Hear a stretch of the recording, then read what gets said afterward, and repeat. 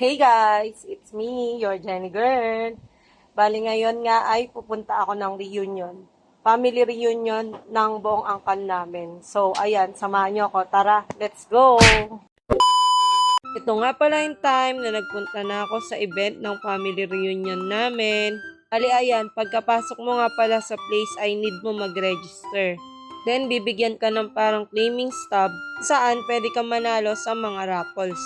Siyempre, nilista ko na yung pangalan ko, baka sakaling mabunot. Pagdating ko nga ay sinalubong na agad ako ng aking pamangkin na si Lexi. At ayun, pagkapasok ko, grabe, nag-video ko. Tapos ang daming tao. Akala ko batch reunion yung pinuntahan ko eh. Pero hindi, pamilya lang namin yan. Grabe, napaka-productive naman pala ng family namin. Diyos ko. Ang sabi pa, kami daw yung pangalawa sa pinakamarami dito sa bayan namin. At ako nga ay pang ilang henerasyon na rin dito. Kita ko yung family tree na ginawa nila. Grabe, hindi ko na rin nakita yung pangalan ko. Sobrang laki talaga as in. At ayan, sabi nga ay pumunta sa unan para magpicture. Halos hindi na talaga kami magkasya niyan. Nasa stage na yung iba at yung iba ay nasa baba. At dahil alam ko na hindi na rin naman ako makikita sa picture, sa liit ko ba namang to, Diyos ko. Kaya yun, sa pagkain na lang ako pumunta. Unang kita ko syempre yung lechon na paborito ko. Tapos lumpiang sariwa, hamonado at apritadang manok, hamonado ulit, tas pakwan at saging. Then eto, adobong manok, pritong isda. Tapos alimango, adobong manok ulit, then paella, tapos salad. Then eto naman hipon, ginataang langka, then sinigang na tuna belly. Tapos ginataang gulay, hamonado ulit. Alam ko ito yung dala namin kaya marami. 3 tray yung dala ng mami ko.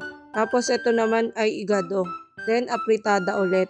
At syempre hindi mawala ang kanin. Ayan ang pagkain namin ng lunch. Tapos iba pa yung sa merienda. At ayan nga yung pamangkin ko na birthday ngayon. Happy birthday Bliss! Then ayan naman yung mga pinsan ko, mama ko. Sabi ko nagbablog ako kaya ayan kaway sila ng kaway. Nakakatawa nga kasi nung nakita nila ako. Sabi nila ayan na yung vlogger, ayan na yung vlogger. Ayan na si Jenny Girl, ayan na si Jenny Girl. Wala lang, natawa lang talaga ako. Tapos ayun, after nga ng picture taking ay naglibot-libot lang ako. Karamihan kasi dito ay hindi ko pa talaga kilala. Tapos yung iba naman na kilala ko, bihira lang din kami magkita-kita. Lalo na nung nakapag-work na ako sa Manila. Bihira na ako makauwi sa amin. Kapag umuwi naman ako ay bihira lang din naman ako lumabas. Madalas ay sa bahay lang ako nag-stay. Lumalabas lang siguro ako kapag may bibilin or kakain kami sa labas. Usually ako talaga yung taong bahay sa pamilya namin. Ewan ko ba? Basta gusto ko lang nasa kwarto ko. Kaya ang alam ng ibang kamag-anak, introvert ako eh.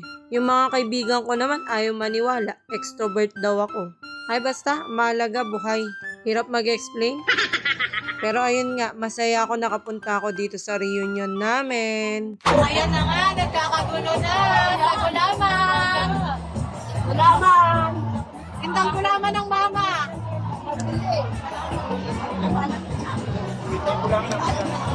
Coffee taste po, mamaya may bayad na. Tama. Pakiwas ano yan? Pwede ba itong lagay? Benta naman ang palamig ni Aling Chona! Woo!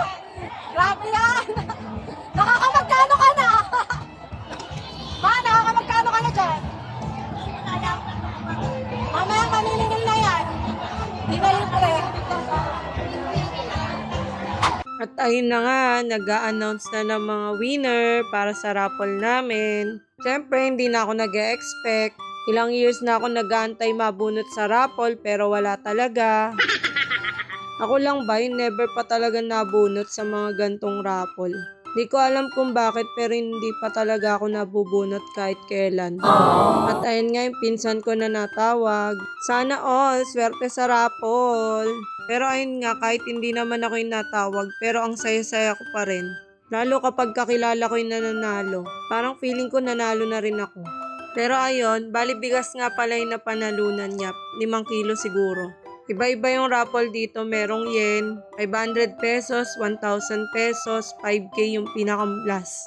Bali, sponsor lang yun ng mga mayayaman naming kamag-anak. Sana all mayaman. Grabe, swerte oh! 5 Akala hindi pa kailangan yan, parapol mo na ulit.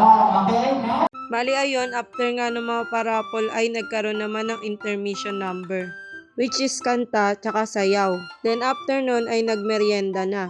After nga kumain ay nagkaroon naman ng parlor games. Ayun yung makikita nyo sa live ko. Then after nga nun is parapol ulit, and nag-assign sila ng mga officer, which is in charge or mag-organize sa next namin na reunion. Yun lang naman, maraming salamat sa panonood.